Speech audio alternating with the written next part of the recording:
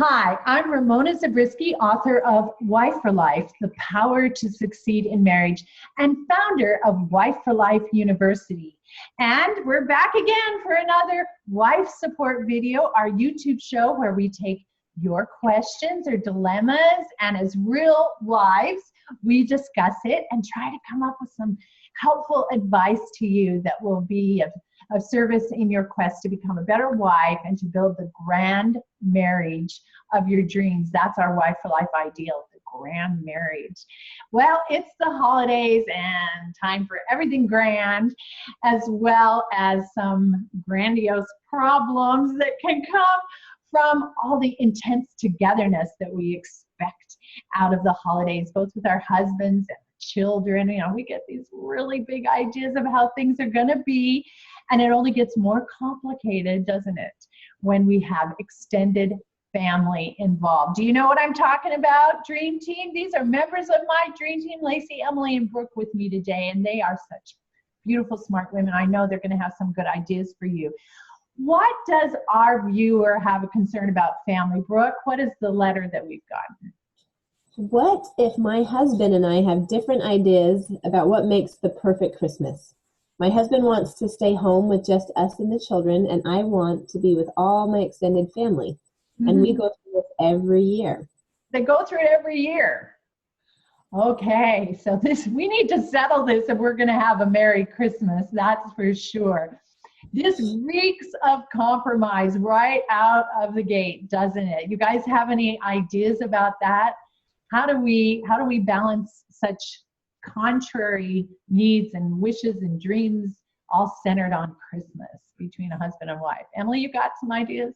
Yeah, I really feel for this wife because, I mean, if she's saying they go through this every year, that really is a big struggle. And I know that family dynamics can be difficult during the holidays. So I think there's several ways to compromise. Some people like to just agree to go every other year. So 1 year we'll go to my family, 1 year we'll go to your family, or 1 year we'll go to a family and 1 year we'll stay home. So you can work that out, you know, with your husband ahead of time. And then he'll know, oh, this is my off year. You know, I can look forward to that, you know, and then you can work out your strategies for the years that you're going to be with your family. Also, if your family is close enough in proximity, something we've done in the past is get the family together, the extended family together for a Christmas Eve celebration or dinner or potluck or something. And then on Christmas, everybody's just in their individual families. Also, you could rotate holidays. Like, for example, we get together with extended family for Thanksgiving, but never for Christmas. Or, you know, our family loves to do this holiday, so we'll do this one big, and then this one will just be us. And that way you get a good mix of both. So I think there's lots of creative compromises that you can come up with so that it's not a stress every single year. I love that you use the word creative, because that's what we need to be. That's what we are as women. Things don't have to be, you got to think, as they say, outside the box.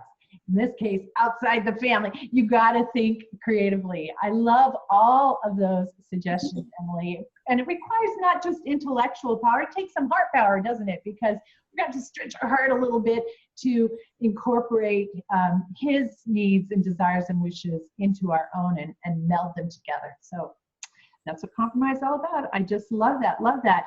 Now, I'm thinking it's my year, okay? We get to go be with the family. This is big, this is exciting.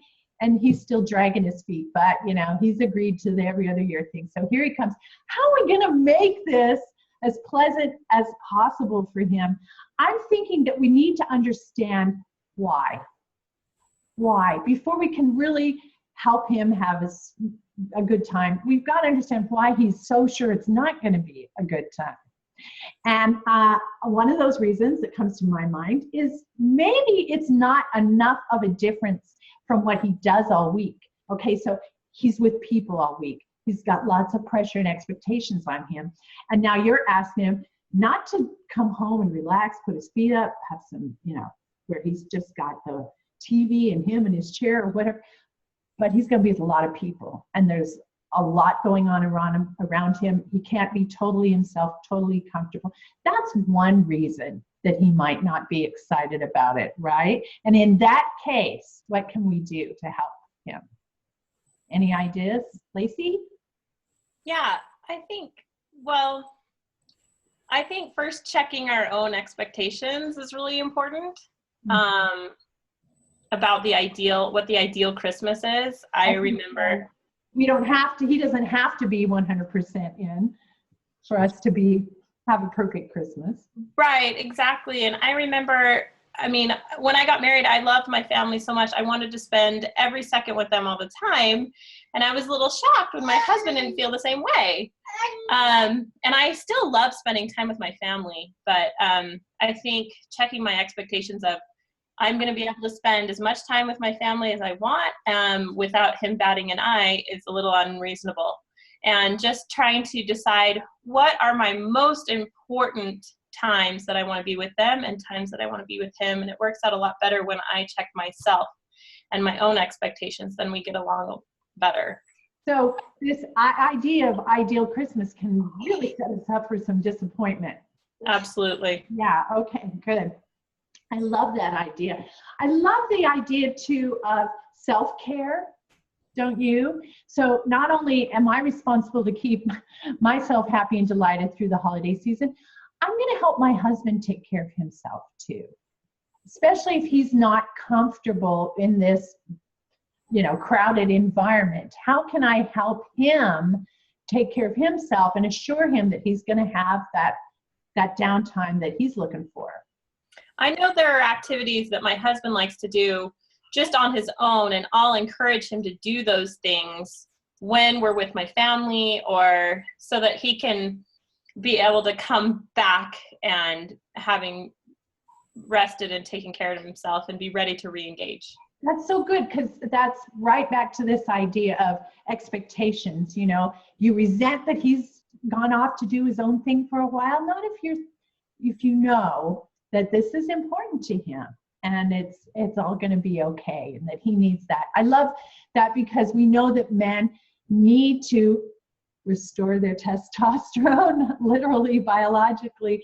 And so we want to give him that time to do whatever is important to him. That's only fair. I love that. When he comes back, and then he comes back so much happier and so much more ready to re-engage with the family. Right. It's like a rubber band that's gone limp and then right. It springs back in. Emily, what were you going to say?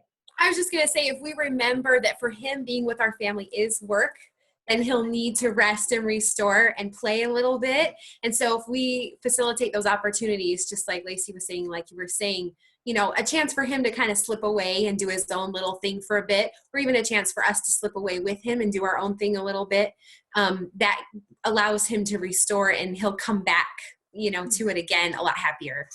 And letting him know, in advance, you can say, honey, I know this is, now that you understand, because that's the first thing we want to do is say, help me understand, honey. And if this is his reason, I just don't want to be around all those people. Then knowing that, being aware of that, you can also not be resentful when he disappears. He's like, where is he? We're playing Monopoly and it's embarrassing he's not here with me. It's like, no, it's okay. It's okay. He came and he's restoring himself, like you said, Emily. I just love this idea of being very, very anticipatory and proactive, and then it really mitigates your frustration in the moment. So that's one reason. But here's another reason that he might not want to go be with your big family. And like Lacey said, you think, I think he'd love my family, but not necessarily, for whatever reason. He might not really enjoy the personalities. He's not super comfortable with either one, two, or more members of the family, or with the family culture in general. So in that case, other than Lacey's suggestion of, let's check our expectations here, what else can we do to help him and help us? Because if he's happy, we're happy in that situation. Any ideas, Brooke? Yeah, I think make sure to reiterate that it's very important to talk about it before you go. Mm-hmm. Find out what he might need before you go, instead of waiting till you're resentful or thinking, where were you when we were doing this activity?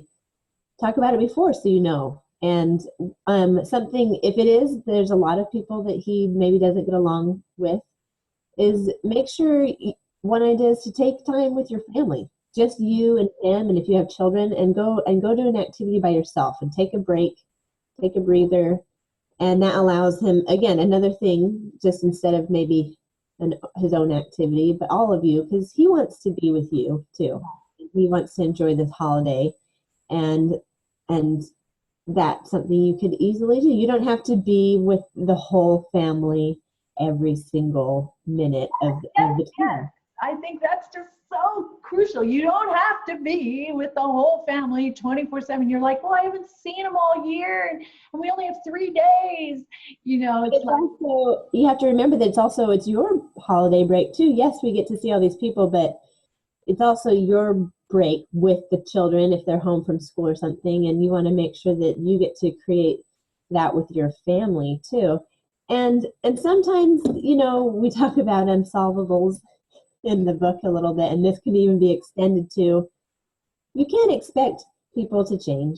You don't want to go in again with unrealistic expectations, and preparing yourself for that is good, but you can also think of it's only going to be X amount of time, and can we get through this together and have it be pleasant and both get something out of it? You want to look at it that way, like in a positive way of, we want to get the best out of this, and we can do this. It's a few days, and you can do it, and it'll be over, and nobody's going to die, so it's going to be okay.